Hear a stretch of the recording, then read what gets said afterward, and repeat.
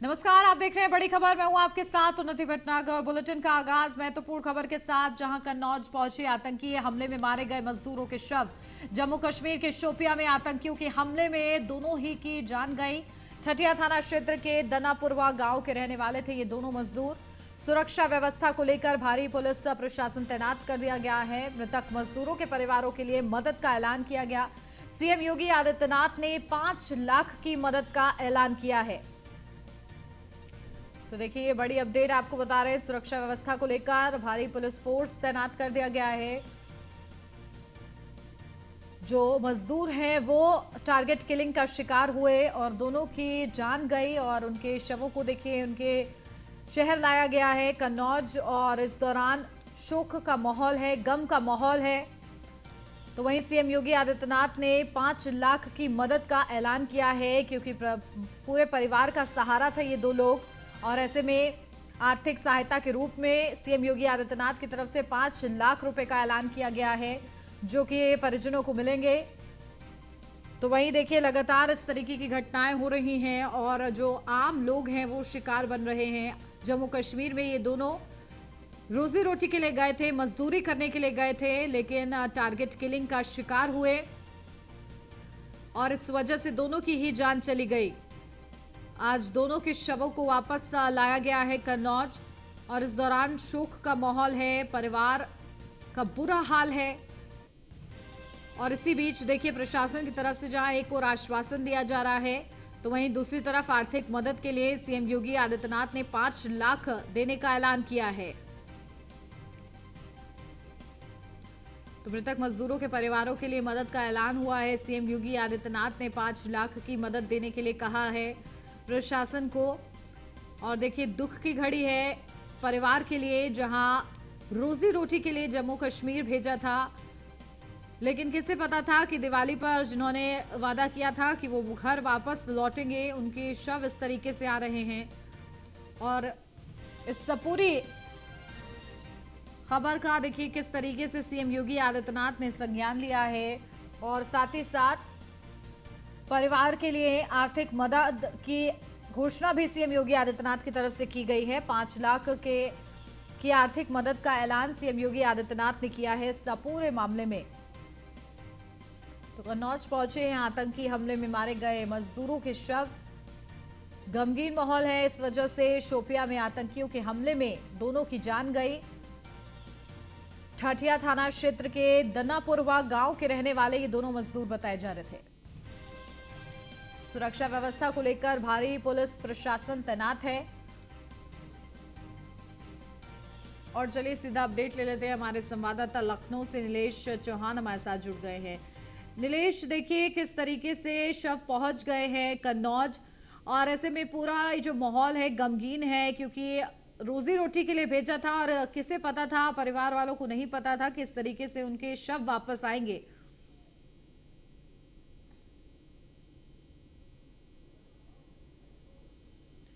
नीलेश, मेरी आवाज मिल रही है आपको? जी जी जी, मिल रही है, आवाज मिल रही है मेरी, आपको मिल रही है? जी बिल्कुल, आपकी आवाज आ रही है नीलेश। देखिए, बिल्कुल जिस तरीके से उत्तर प्रदेश के कन्नौज जिले के जो दो लोग जो है नौकरी करने के लिए कश्मीर गए हुए थे, जहां पर वो सेब बेचने का काम कर रहे थे, आतंकियों हत्या के बाद उत्तर प्रदेश और कन्नौज में गमगीन माहौल है। उत्तर प्रदेश के मुख्यमंत्री योगी आदित्यनाथ ने पीड़ित परिवारों की मदद करने के लिए सबसे पहले आगे आए और 5-5 लाख रुपए आर्थिक सहायता देने का ऐलान किया गया है। कहीं ना कहीं कन्नौज में जिस तरीके से मनीष कुमार और राम सागर की हत्या जो है कश्मीर में की जाती है और आतंकियों के द्वारा ये हत्या की जाती है, जिसके बाद आज दोनों शवों को कन्नौज लाया गया है, जहां पर भारी संख्या में पुलिस तैनात है और साथ ही साथ उनके अंतिम संस्कार कराने के लिए वहां पे जो स्थानीय प्रशासन के अधिकारी हैं वो मौजूद हैं, स्थानीय नेता मौजूद हैं। मुख्यमंत्री योगी आदित्यनाथ ने पूरे घटना का संज्ञान लिया कर 5-5 लाख रुपए आर्थिक सहायता देने का पीड़ित परिवारों का ऐलान किया था। कहीं ना कहीं रोजी रोटी कमाने के लिए कश्मीर गए हुए दोनों जो लोग थे, उनकी आतंकियों के द्वारा जब हत्या की गई है, तो उत्तर प्रदेश सरकार ने सबसे पहले मदद के लिए कदम बढ़ाए और 5-5 लाख रुपए मुआवजा देने का ऐलान किया है। बिल्कुल ठीक है नीलेश, आप बने रहिए हमारे साथ। राहुल भी जुड़ गए हैं कन्नौज से हमारे साथ। राहुल, देखिए शव पहुंच गए हैं कन्नौज और ऐसे में क्या माहौल, क्योंकि बेहद ही दुख की घड़ी होगी ये परिवार के लिए कि इस तरीके से उनके शव पहुंच रहे हैं। वो इंतजार कर रहे थे कि दोनों सकुशल वापस लौटेंगे। जी उनसे जी देखिए, जिस तरह की परिवार की बात की जाए तो परिवार के लोगों का भारी दुख है। वहीं परिवार के लोगों का कहना था कि उनकी लाश से 11:30 बजे कल बात हुई थी, जिस पर उन्होंने ये कहा था कि उनके घर आकर उनके साथ वो दीपावली का त्योहार मनाएंगे। लेकिन बाद जब उनके घर उनका पार्थिव शरीर पहुंचता है तो पूरे गांव में एक शोक की लहर दौड़ उठी। वहीं आसपास के लोग उन्हें उनके अंतिम दर्शन करने पहुंचे हैं। वहीं कई जनप्रतिनिधियां भी उनके वहां गांव में पहुंची हैं, जहां पर उन्हें आश्वासन भी दिया गया। एक तरफ योगी आदित्यनाथ द्वारा मृतकों को 5-5 लाख रुपए का उन्हें मुआवजा भी देने की घोषणा कर दी गई है। वहीं अगर बात की जाए जिला स्तर प्रशासन की, तो जिला स्तर प्रशासन भी वहीं पर मौके पर मौजूद विधायक कैलाश राजपूत ने भी कहा है कि उन्हें विधायक नीति से भी जो भी है उन्हें आर्थिक मदद मुहैया कराई जाएगी। जी अनुज जी बिल्कुल। और देखिए किस तरीके से प्रशासन की तरफ से वहां इस वक्त कौन मौजूद है घर परिवार के साथ? तो प्रशासन की बात की जाए तो प्रशासनिक में जिला अधिकारी जो कि है वो भी मौजूद है, एडीएम गजेंद्र कुमार भी मौजूद हैं, बाकी एडीएम एसडीएम सहित तमाम अधिकारी मौजूद हैं। वहीं उनके परिजनों को उन्हें सांत्वना दी जा रही है कि पूरा प्रशासन उनके साथ है, किसी प्रकार की कोई समस्या उत्पन्न नहीं होने दी जाएगी। जी अनुसूची बिल्कुल। और देखिए नीलेश, किस तरीके से टारगेट किलिंग की जो घटनाएं हैं वो लगातार बढ़ती जा रही हैं, और देखिए अन्य राज्यों से भी किस तरीके से शिकार हुए हैं लोग टारगेट किलिंग का, आम जनता को टारगेट किया जा रहा है। कहीं ना कहीं ये बौखलाहट नहीं है जिस तरीके से बड़े छापेमारी हो रही है, आतंक पर जिस तरीके से कार्रवाई की जा रही है, चाहे फिर वो एनआईए की बात करें या पीएफआई के संगठनों पर देखिए किस तरीके से बैन लगाया गया, छापेमारी हुई, इन सब की बौखलाहट कहीं ना कहीं आतंकियों में देखने को मिल रही है और वो जो सॉफ्ट टारगेट है उन्हें निशाना बना रहे हैं। देखिए बिल्कुल, जब से धारा 370-35A को खत्म किया गया तब से प्रयास लगाए जा रहे थे कि कश्मीर का जो माहौल है वो ठीक होगा, ताकि कश्मीर बाहर से जाकर लोग जो है काम धंधा वहां पर कर सकें, जिसके चलते लोग की संख्या भी लगातार वहां बढ़ रही थी। लेकिन हाल फिलहाल में जिस तरीके से एनआईए एटीएस ने संयुक्त रूप से उत्तर प्रदेश देश के अलग अलग हिस्सों में, चाहे वो कश्मीर हो, कर्नाटक हो, तमिलनाडु, जगहों पर अभियान चला, तमाम संदिग्धों को गिरफ्तार किया है। कहीं ना कहीं उन संदिग्धों की गिरफ्तारी के बाद जो आतंकी संगठन है उनमें साफ बौखलाहट दिखाई दे सकती है।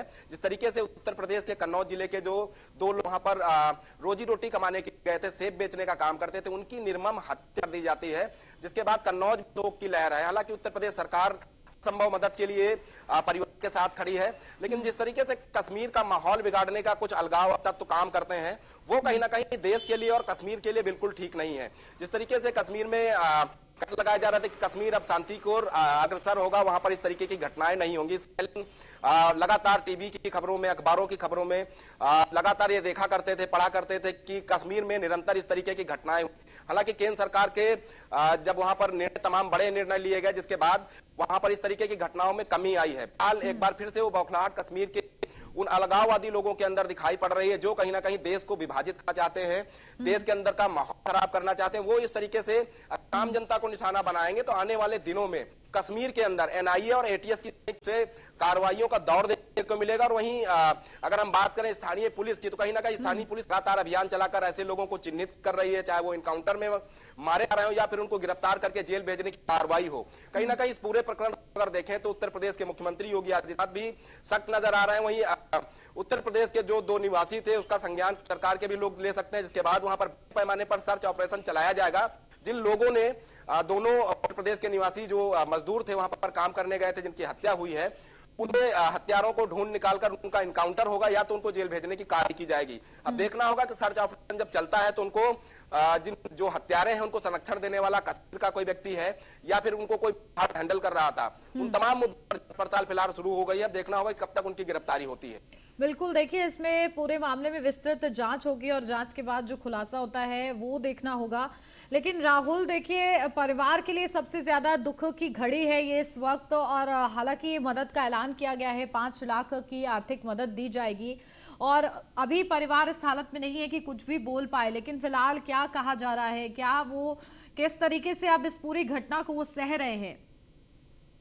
जी उनकी देखिए, जिस तरह की परिवार की बात की जाए तो परिवार से हम लोगों ने प्रयास किया कि किसी तरह उनसे बात की जाए, लेकिन वो इस स्थिति में नहीं है कि किसी प्रकार का वो जवाब दे पाए, क्योंकि उन पर ये एक बड़ी दुख का पहाड़ जो टूटा है, ये शायद ही किसी पर ऐसा होगा। एक तरफ जो कि दीपावली का ये त्योहार है, उसके साथ वो उनके छोटे छोटे बच्चे जो एक तरफ इंतजार कर रहे थे कि उनके पापा उनके साथ दीपावली के आएंगे और पटाखे छुरछुरी जो उनके साथ छुटाएंगे, लेकिन वो तो नहीं है, उनके पार्थिव शरीर पहुंचे, जिसके बाद पूरे गांव में ही बड़े दुखद का माहौल है और प्रशासन भी मौके पर मौजूद है। कहीं ना कहीं अब दुख की बात तो यही है कि परिवार के प्रति जो कि एक जो व्यक्ति था मजदूर, जो कि अपने परिवार का भरण पोषण करता था, हालांकि जब उनके जो कि छोटे छोटे बच्चे हैं, उनके पिता का जब साया उनके सर से उठ गया, तो ऐसे में संभवता है कि प्रशासन उन्हें किसी प्रकार से जो आर्थिक मदद है मुहैया कराए और उनका साथ दे। जबकि कई उनके परिजन व उनके ग्रामीणों से बात की गई तो उनका कहना था कि यह बड़ा निहाती जो गरीब थे, जो कि जम्मू कश्मीर के सोफिया में दैनिक मजदूरी करने गए थे, जिसके बाद एक हमला हुआ जिसमें दोनों की मौत हो गई। जी बिल्कुल ठीक है, चलिए आप दोनों का ही बहुत शुक्रिया खास और महत्वपूर्ण अपडेट हमारे तक पहुंचाने के लिए। मुलायम सिंह यादव की अस्थियां प्रयागराज में प्रवाहित होंगी, जहां प्रयागराज के लिए अखिलेश यादव रवाना हो चुके हैं। सपा अध्यक्ष अखिलेश यादव प्रवाहित करेंगे अपने पिता की अस्थियां, नेताजी की अस्थियों को प्रवाहित करेंगे। हरिद्वार के बाद प्रयागराज में भी अस्थियों का विसर्जन किया जाएगा। तो बता दें अखिलेश यादव हरिद्वार के बाद प्रयागराज के लिए रवाना हो चुके हैं। अस्थि विसर्जित करेंगे वो अपने पूरे परिवार के साथ, वो अस्थि विसर्जन करेंगे पूरे विधि विधान के साथ, और मोक्ष की प्राप्ति के लिए खास पूजा भी और वो भी कराई जाएगी ताकि नेताजी की आत्मा को शांति मिल सके। और इसके लिए देखिए अस्थियां लेकर उनके पुत्र अखिलेश यादव प्रयागराज के लिए रवाना हो चुके हैं। तो देखिए इससे पहले हरिद्वार में अस्थियां विसर्जित की गई नेताजी की, और उसके बाद अब अखिलेश यादव प्रयागराज के लिए रवाना हो गए हैं परिवार को लेकर, जहां प्रयागराज में भी नेताजी की अस्थियों को विसर्जित किया जाएगा।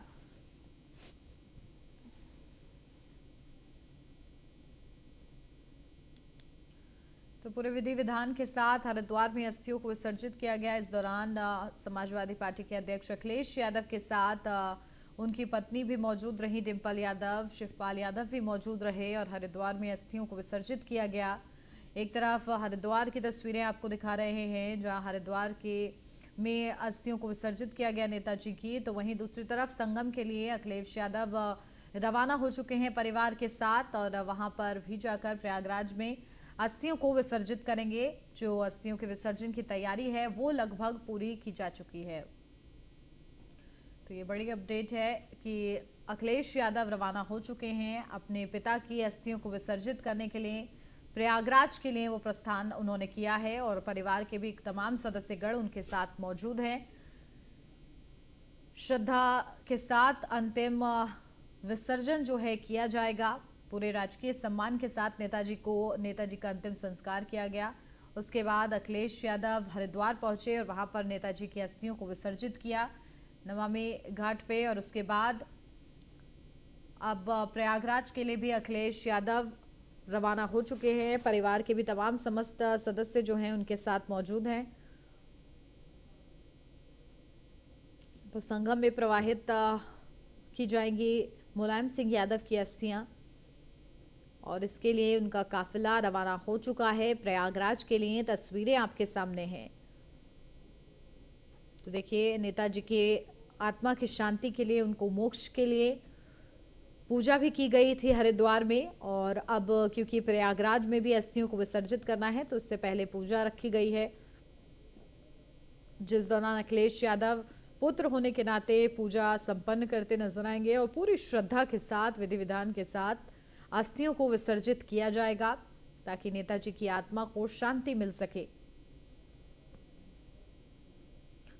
तो लंबी बीमारी से जूझ रहे थे मुलायम सिंह यादव और 82 साल की उम्र में उन्होंने आखिरी सांस ली, और देखिए पूरे राजकीय सम्मान के साथ उनका अंतिम संस्कार किया गया। और इसके बाद अखिलेश यादव हरिद्वार पहुंचे जहां उन्होंने अपने पिता की अस्थियों को विसर्जित किया। पूरे सम्मान के साथ, पूरी श्रद्धा के साथ, विधि विधान के साथ पूजा अर्चना की गई ताकि नेताजी की आत्मा को मोक्ष मिल सके, शांति मिल सके। और उसके बाद उन्होंने अस्थियों को विसर्जित किया, और आज देखिए प्रयागराज के लिए भी रवाना हो चुके हैं अखिलेश यादव अपने पूरे परिवार के साथ।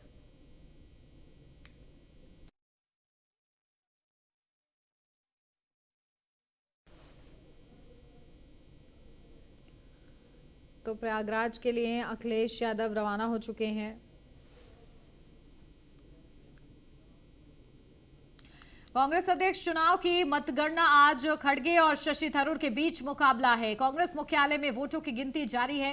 3 से 4 बजे के बीच नतीजे आने की संभावना है। 24 साल बाद गैर गांधी अध्यक्ष मिलेगा कांग्रेस पार्टी को। और देखिए ये बड़ी और महत्वपूर्ण अपडेट, जहां कांग्रेस मुख्यालय में वोटों की गिनती जारी है। 10 बजे का समय निर्धारित किया गया था और देखिए 10 बजे से वोटों की गिनती हो रही है। 3 से 4 बजे तक नतीजे जो है साफ हो जाएंगे। 24 साल के बाद मिलेगा गैर गांधी अध्यक्ष कांग्रेस पार्टी को। और ये चुनाव कराया गया और इस दौरान शांतिपूर्ण तरीके से ये पूरा चुनाव संपन्न हुआ, मतदान हुआ, जहां सभी ने अपने मत का इस्तेमाल किया। और उसके बाद देखिए मत पेटिका खुल रही है और वोटों की गिनती चल रही है। 3 से 4 बजे तक का इंतजार करना होगा, जब पूरी तस्वीर साफ हो जाएगी कि आखिर मल्लिकार्जुन खड़गे या फिर शशि थरूर कौन होगा कांग्रेस का नया अध्यक्ष। और इसी के चुनाव के लिए देखिए पूरी ये प्रक्रिया रखी गई थी, जिसको लेकर कांग्रेस पार्टी ने हवाला दिया कि लगातार कांग्रेस पार्टी पर परिवारवाद को लेकर आरोप लगते रहते हैं, लेकिन कांग्रेस पार्टी ही है जिसने अध्यक्ष पद के लिए इस तरीके से चुनाव कराया, लोकतांत्रिक तरीके से चुनाव कराया। और इसको लेकर बड़ा जवाब जहां एक तरफ कांग्रेस पार्टी ने दिया बीजेपी को, क्योंकि बीजेपी परिवारवाद को लेकर लगातार कांग्रेस को घेरती थी, तो वहीं आज इस चुनाव क्योंकि संपन्न हो चुका और अब मत पेटिका खुल के गिनतियां शुरू हो चुकी हैं 10 बजे से मतों की। और अब इंतजार किया जा रहा है कि क्या नतीजे सामने आते हैं। हालांकि मल्लिकार्जुन खड़गे का पलड़ा भारी नजर आ रहा है, लेकिन फिलहाल क्या नतीजे होते हैं, क्योंकि ये कहा गया था कि आपको अपने मत में केवल राइट का चिन्ह बनाना है और ऐसे में अगर कुछ और आप करते हैं तो आपका वोट रद्द माना जाएगा। तो ऐसे में कहीं कोई वोट रद्द तो नहीं हुआ, सबने किस तरीके से वोट डाले हैं और वोटों की गिनती के आधार पर मल्लिकार्जुन खड़गे या फिर शशि थरूर अध्यक्ष बनते हैं, ये देखना होगा। लेकिन 3 से 4 बजे तक का इंतजार करना होगा, जब ये नतीजे सामने आएंगे। 24 साल बाद गैर गांधी अध्यक्ष मिलेगा कांग्रेस पार्टी को। और देखिए 22 साल बाद इस तरीके से लोकतांत्रिक तरीके से चुनाव हुआ था, क्योंकि इससे पहले 2000 में चुनाव हुआ था और उसके बाद 2022 में चुनाव हुआ है। तो अब इंतजार किया जा रहा है कि कांग्रेस का नया अध्यक्ष कौन होगा। और देखिए पूरी तरीके से दोनों ही जो कैंडिडेट हैं मल्लिकार्जुन खड़गे और शशि थरूर, उन्होंने तमाम कोशिशें की कि समर्थन उनको मिल पाए और इन कोशिशों के बाद मतदान हुए और मत पेटिका में मत जो है कैद हैं और उनकी गिनती शुरू हो चुकी है। और ऐसे में किसका पलड़ा आखिर तक भारी रहता है और कौन जीत हासिल करता है और गैर कांग्रेसी अध्यक्ष बनता है 24 सालों के बाद कांग्रेस पार्टी के अंदर, ये देखना होगा। तो देखिए कांग्रेस पार्टी ने बेहद ही दिलचस्प तरीके से ये पूरा मुकाबला रखा था और अब नतीजों का इंतजार इस महामुकाबले किया जा रहा है। दिल्ली से अगली खबर, जहां भगौड़े अब्बास अंसारी को बड़ी राहत मिली है। सुप्रीम कोर्ट ने अब्बास अंसारी की गिरफ्तारी पर रोक लगाई है। गिरफ्तारी पर 4 हफ्ते की अंतरिम रोक लगाई गई है। जमानत के लिए अब्बास ने दाखिल की थी याचिका। केस दर्ज करने के बाद से फरार है अब्बास अंसारी। तो ये बड़ी अपडेट, गिरफ्तारी पर 4 हफ्ते की अंतरिम रोक लगाई गई है। अब्बास अंसारी को यह बड़ी राहत मिली है। जमानत के लिए अब्बास अंसारी ने दाखिल की थी याचिका और इसी के अनुरूप देखिए बड़ा फैसला लिया गया है।